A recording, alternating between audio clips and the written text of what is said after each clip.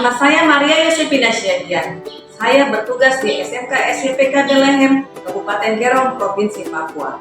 Saya merupakan salah satu peserta pelatihan Upskilling Reskilling berstandar industri bagi guru kejuruan SMK Angkatan kelima oleh penyelenggara Balai Besar Pengembangan Penjaminan Mutu Pendidikan Vokasi, Bisnis dan Pariwisata tahun 2024. Saat ini saya akan mendemonstrasikan pengelolaan arsip. Selamat menyaksikan.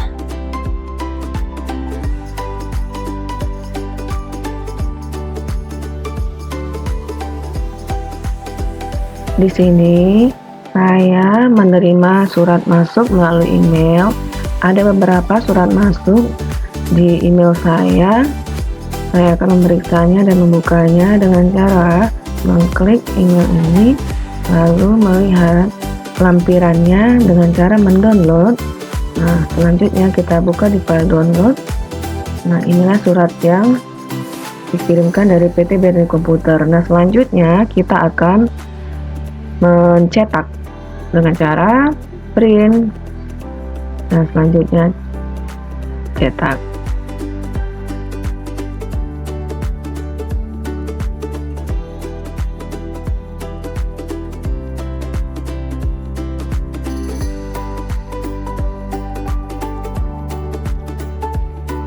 Sekarang saya akan mengirimkan surat keluar melalui email.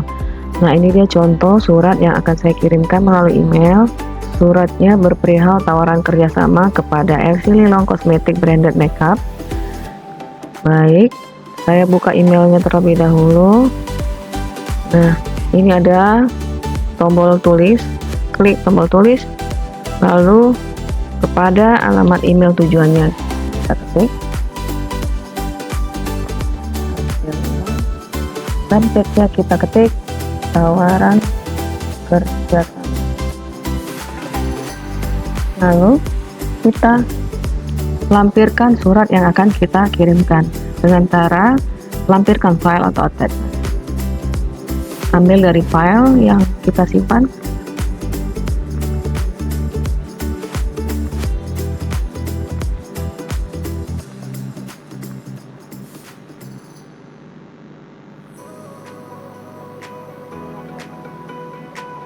Setelah terdownload suratnya, lalu klik kirim. Nah, surat sudah terkirim.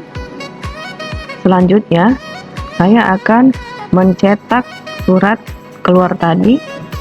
Caranya dengan mengetik file, lalu lanjut print, cetak. Oke.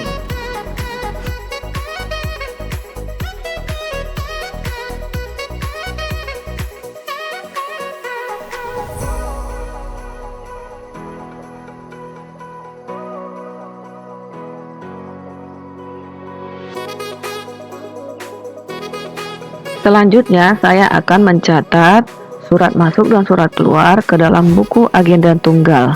Nah, di sini saya sudah menyediakan buku agenda tunggal. Nah, surat yang akan saya catat di dalam buku agenda tunggal ini adalah surat dari PT JM Jaya. Ini merupakan surat masuk.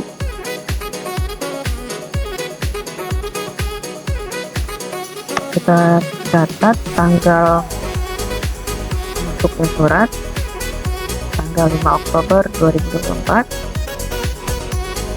Lalu suratnya ini adalah surat masuk.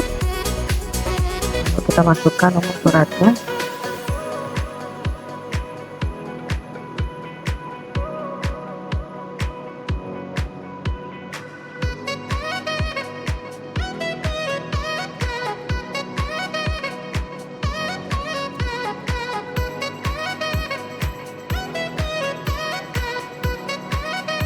Tanggal suratnya,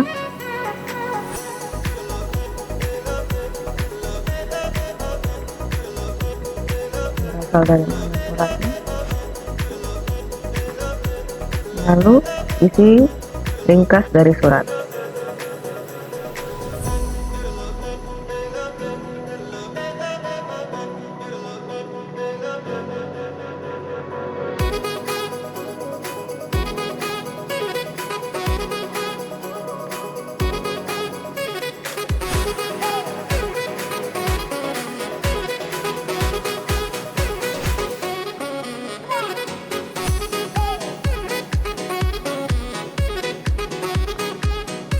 Isi ringkas dari suratnya, bahwasanya PT BM Jaya mengirimkan surat undangan rapat terkait program kerjasama yang akan dilaksanakan.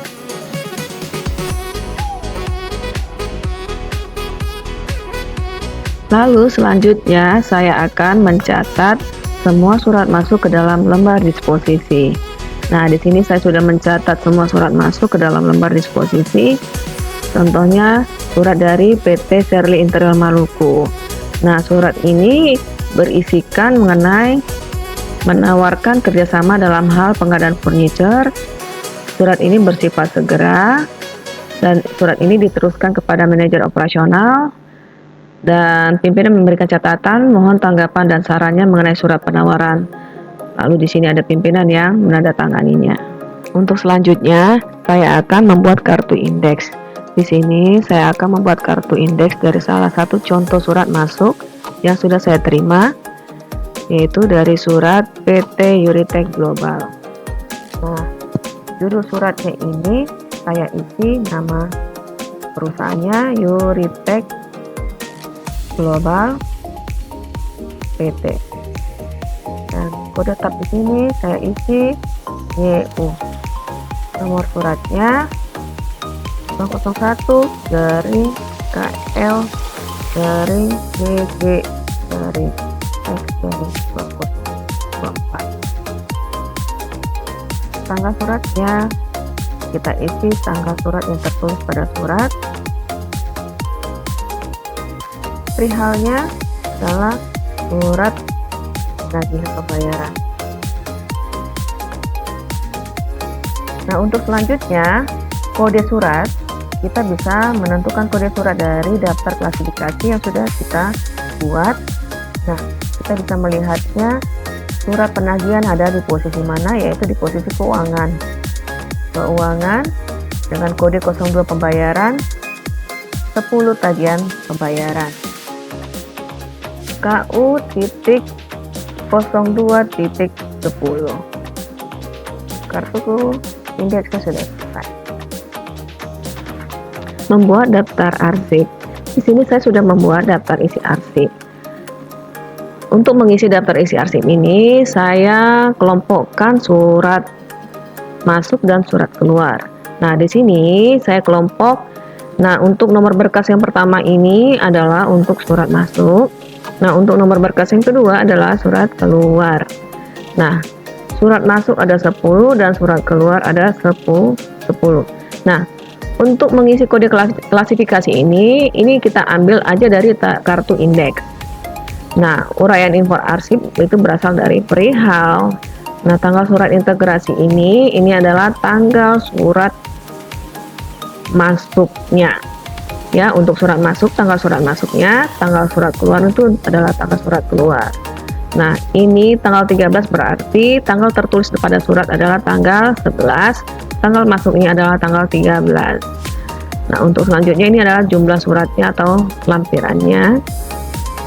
Di sini ada 2 lembar karena ada 1 surat beserta lampirannya. Nah, inilah daftar arsip yang sudah saya buat.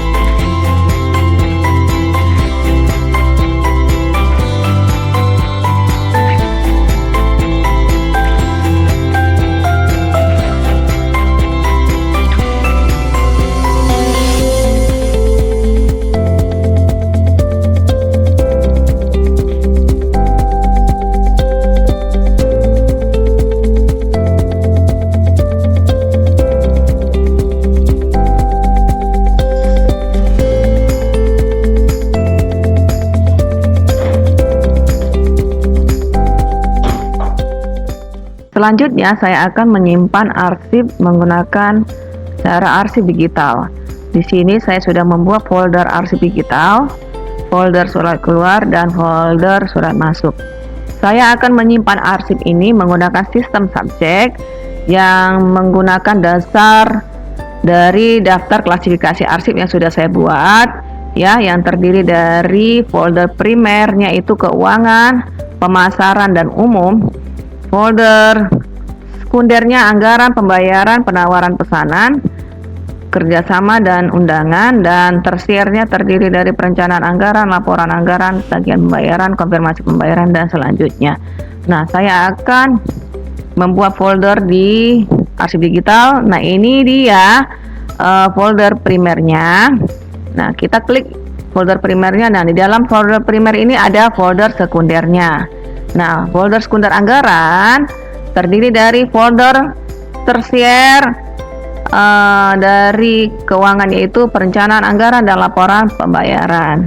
Nah, selanjutnya saya akan mencontohkan satu surat untuk menyimpan ke dalam folder digital ini. Nah, contoh suratnya saya ambil dari surat Yuritek Global. Yuritek Global ini perihalnya mengenai surat penagihan pembayaran. Surat penagihan pembayaran ini, kalau kita lihat dari daftar klasifikasi, dia masuk ke folder keuangan KU, baru folder sekundernya ada di pembayaran 02 pembayaran, dan tersiernya ada di 10 tagihan pembayaran. Lalu kita cocokkan ke arsip digitalnya. Nah, ini dia ke arsip digitalnya.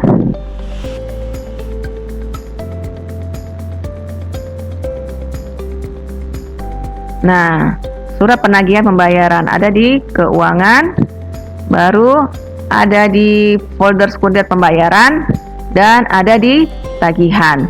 Kita klik tagihan, baru kita copy file surat yang kita simpan tadi di surat masuk dari Yuritek Global. Kita copy dan kita simpan di folder yang sudah kita siapkan tadi, digital.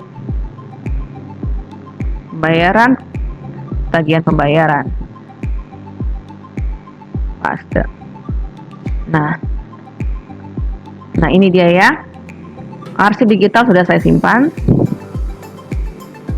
Menerapkan prosedur ketiga perkantoran dalam penyimpanan arsip manual dan digital. Di sini saya sudah membuat daftar checklist yang akan diisi sekretaris setelah penyimpanan arsip manual dan digital. Ini dia daftar checklistnya. Untuk mencegah atau meminimalisir usaha tindakan pencurian arsip manual dan digital, di sini saya sudah menyediakan daftar checklist prosedur keamanan dan minimalisir pencurian arsip manual maupun digital. Nah, ini dia saya sudah sediakan. Nanti sekretaris tinggal mencentang sesuai dengan prosedur yang ada di daftar checklist ini.